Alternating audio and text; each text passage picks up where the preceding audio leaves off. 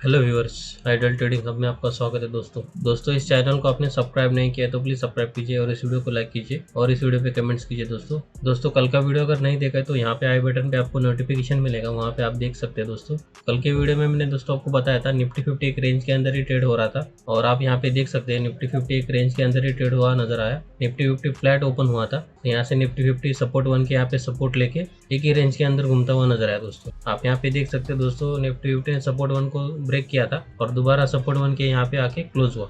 दोस्तों गुरुवार को निफ्टी 50 में कैसे ट्रेडिंग होगी दोस्तों गुरुवार को निफ्टी 50 और बैंक निफ्टी में एक्सपायरी का दिन है दोस्तों, और हमें देखना होगा दोस्तों मिड पॉइंट बन के आ रहा है 17,623। ये एक सेंट्रल पॉइंट बना हुआ नजर आएगा। इस लेवल को जब भी निफ्टी 50 ब्रेक करके ऊपर की तरफ जाएगा तो आप यहाँ पे कॉल के लिए पोजीशन ले सकते हैं, और जैसे इस लेवल को ब्रेक करके निफ्टी 50 नीचे की तरफ आएगा तो यहाँ पे पुट के लिए पोजीशन ले सकते हैं। हमारा स्टॉप लॉस होगा यही हमारा 17,623, यही हमारा एंट्री लेवल होगा, और टारगेट होगा 17,596 नीचे की तरफ जाता है तो, और ऊपर की तरफ जाते हैं तो 17,642। लेकिन दोस्तों निफ्टी 50 में मूवमेंट्स कम होने वाला है। दोस्तों कल एक्सपायरी का दिन भी है। दोस्तों निफ्टी 50 में दोनों थर्ड टारगेट मिल सकते हैं, लेकिन एक्सपायरी का दिन होने की वजह से मूवमेंट थोड़ा कम होने की संभावना है। दोस्तों हो सकता है निफ्टी 50 ऐसा ट्रेड करता हुआ आपको नजर आ सकता है इस लेवल के अंदर, और आफ्टरनून में कोई एक साइड को ब्रेक करके ऊपर की तरफ जा सकता है। मान लीजिए अगर यहाँ से ऊपर की तरफ गया तो ब्रेकआउट हो सकता है दोस्तों, लेकिन हमें वेट करना है जब तक ऊपर की तरफ रेसिस्टेंट 2 ब्रेक नहीं होता तब तक कॉल के लिए पोजीशन नहीं लेनी है दोस्तों,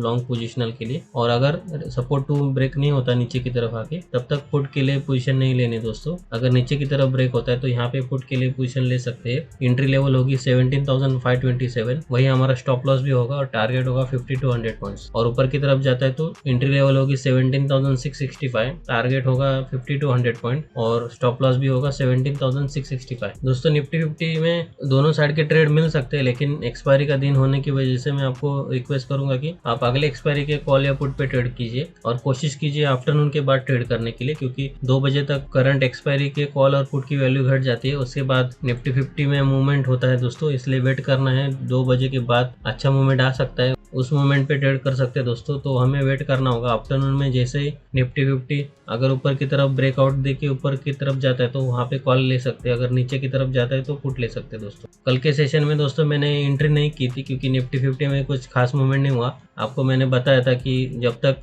सपोर्ट 2 या रेसिस्टेंट 2 ब्रेकआउट नहीं होता तब तक एंट्री नहीं करनी थी, और वैसा ही हुआ। सपोर्ट 2 भी ब्रेक नहीं हुआ और सपोर्ट 1 भी ब्रेक नहीं हुआ। एक रेंज के अंदर ही निफ्टी 50 घूमता हुआ नजर आया दोस्तों निफ्टी 50 और बैंक निफ्टी में रिजेक्शन क्यों आ रहा है, इसका रीज़न मैं इस वीडियो के अंदर ही आपको बताऊंगा। और चीज़ें आपको देखनी होगी दोस्तों।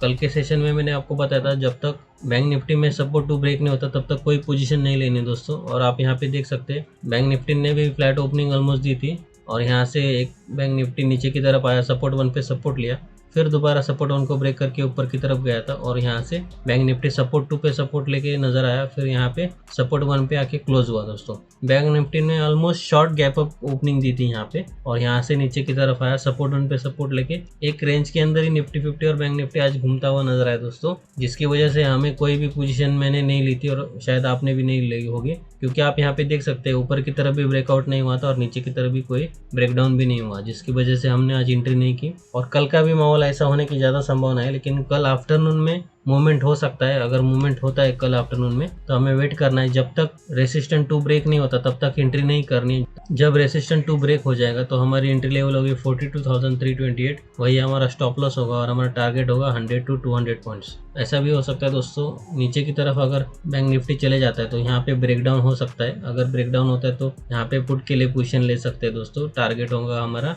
100 to 200 पॉइंट्स दोस्तों मार्केट में आप सेफ एंट्री करना चाहते हो और इजीली प्रॉफिट कमाना चाहते हैं, और एक पेशेंस के साथ आप मार्केट में बने रहना चाहते हो, तो आपको इन चीज़ों को फॉलो करना होगा। जब तक सपोर्ट 2 और रेसिस्टेंट 2 ब्रेक नहीं होता तब तक एंट्री मत कीजिए, क्योंकि जब भी ब्रेकआउट होता है तो एक अच्छा टारगेट मिलता है दोस्तों, और तब तक वेट करना पड़ता है। और कल तो एक्सपायरी का दिन है, जिसकी वजह से बैंक निफ्टी भी एक रेंज के अंदर घूमता हुआ नजर आ सकता है, और आफ्टरनून में शायद एक रेंज में ऊपर की तरफ जा सकता है या नीचे की तरफ आ सकता है। ये हमें देखना होगा। जिस भी side Nifty 50 bank Nifty move करेंगे उस साइड हमें ट्रेड लेना होगा दोस्तों।